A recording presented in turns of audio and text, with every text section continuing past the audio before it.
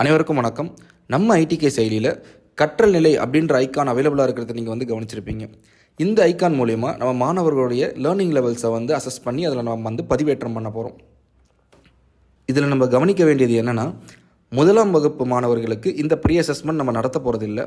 அவங்க டிஃபால்ட்டாகவே அரும்பு நிலையில் தான் இருப்பாங்க. ப்ரீ அசஸ்மெண்ட்டை நமக்கு கொடுக்கப்பட்டுள்ள தன்னார்வலர் கையேடு உதவியோடு நம்ம பண்ண போகிறோம். ஒரு சப்ஜெக்ட்டுக்குமே தனித்தனியாக 3 கையேடு உங்களுக்கு வழங்கப்பட்டிருக்கும். அந்த கையேட்டில் முன்னறி தேர்வு அப்படின்ற டூல் மூலயமா நம்ம மாணவர்களுடைய கற்றல் நிலையை அசஸ் பண்ண போகிறோம். இந்த 3 கையேடுமே உங்களுக்கு ஐடிகே ஆப்லேயுமே அவைலபிளாக இருக்குது. நீங்கள் ஐடிகே ஆப்பில் நூல்கள் அப்படின்ற ஐக்கானை கிளிக் பண்ணிங்கன்னா அதில் டேர்ம் 2க்கான 3 கையேடுமே விசிபிளாக இருக்கும். இது மூலியமாகவும் நீங்கள் முன்னறி தேர்வு நடத்தலாம்.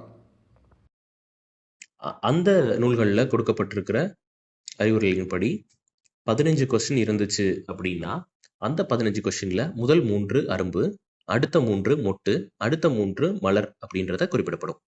அதுக்கடுத்து வர்ற 3ம் வகுப்பு 4 அப்படின்றதையும் அடுத்த 3 வகுப்பு 5ன்றதையும் குறிப்பிடும். இதனால ஒரு குழந்தை முதல் 3 கொஸ்டினை கரெக்டா அட்டைன் பண்ணிருச்சு, அசஸ் பண்ணி அந்த 3 கொஸ்டினுக்கும் சரியான பதில அந்த குழந்தை தேர்ந்தெடுத்துருச்சு அப்படின்னா அந்த குழந்தை அரும்பு நிலையை அடைஞ்சிருச்சு அப்படின்னு அர்த்தம். அடுத்த 3 கொஸ்டினையும் சரியா அட்டன் பண்ணிருச்சு அப்படின்னா அது மொட்டு நிலையை அட்டன் பண்ணிருச்சு அப்படின்னு அர்த்தம். ஸோ 1லிருந்து 9 வரை சரியா இருக்கும் பட்சத்துல அந்த குழந்தை மலர் நிலையை அட்டன் பண்ணிருச்சு அப்படின்னு அர்த்தம். இது மாதிரி வகுப்பு 4 மற்றும் வகுப்பு 5 பருவத்தையும் 12 மற்றும் 15 கொஸ்டின்ஸை கரெக்டா அட்டன் பண்றது மூலமா நம்ம தெரிஞ்சுக்கலாம். இதற்கு ஏத்தாப்புல இதை அசஸ் பண்ணதுக்கு அப்புறமா இந்த அசஸ்மெண்ட்டை தான் நம்ம ஐடிகே ஆப்ல அப்லோட் செய்கிறோம். வணக்கம். இப்போ ஐடிகே செயலி மூலமா ஒரு ஐடிகே வாலண்டியர் எப்படி தங்களுடைய சென்டருக்கு வர்ற மாணவர்களுடைய கற்றல் நிலையை பதிவேற்றம் செய்யலாம் அப்படின்றத பார்க்க போறோம். இதுக்கு நம்ம லாகின் செஞ்சதும் கற்றல் நிலை அப்படின்ற டேபை நம்ம செலக்ட் செஞ்சுக்க போறோம். செலக்ட் செஞ்சது அப்புறமா 3 சப்ஜெக்ட்ஸ் இருக்கும்.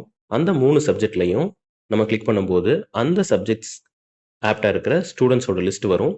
அந்த ஸ்டூடெண்ட்ஸை நம்ம ஒன்ஸ் இவாலுவேட் பண்ணதுக்கு அப்புறமா, அதாவது அசஸ் பண்ணதுக்கு அப்புறமா அந்த அசஸ்மெண்ட் படி அந்த பசங்க அரும்புல இருக்காங்களா, மொட்டுல இருக்காங்களா, இல்ல அவங்களுக்கு இனிமே அசஸ் பண்ணணுமா அப்படின்ற டீடைல்ஸை நம்ம இங்க பதிவேற்றம் செஞ்சுக்க போறோம். அனைவருக்கும் நீங்க ஏதாவது ஒரு ஆப்ஷனை செலக்ட் செஞ்சதுக்கு அப்புறமா மட்டும்தான் நீங்க சப்மிட் கொடுக்க முடியும். 3rd ஸ்டாண்டர்டுக்கு மலர் நிலை வரை இருக்கும். 2nd ஸ்டாண்டர்டுக்கு அரும்பு மொட்டு நிலை வரை இருக்கும்.